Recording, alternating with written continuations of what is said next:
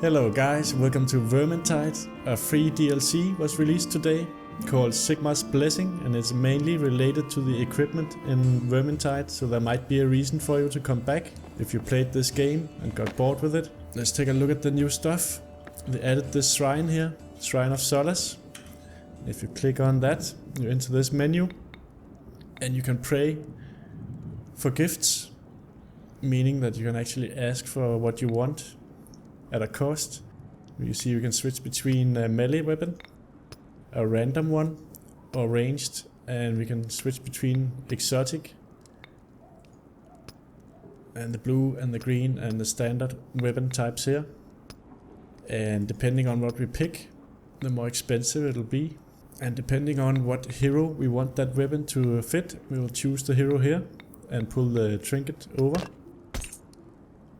And now we are trying to create something for Sienna. So if we wanted to create a ranged weapon of the exotic class, then we would need 60 exotic materials to actually pray for that. And if you wanted to try and pray for a blue item, it would be 55, 50 for green, and 40 of the standard material here, plentiful, to try and make a standard ranged item for her. And something new is that you're actually awarded these trinkets for not completing missions and also for completing them. I think you have to make it a little bit into the mission, but if you fail the mission you're still awarded some materials. So let's shut that down and take a look at the forge. They revamped that a little bit over here. Let's say we wanted to fuse this into a green item, and now we can actually do it with only that item and 200 of these plentiful materials. And if we added another standard item, that cost would go down and so forth until you added all of them, and it would be free. So you can use materials to forge, and you couldn't do that before. And all of this is making it a lot easier to get the equipment that you want, but there's more.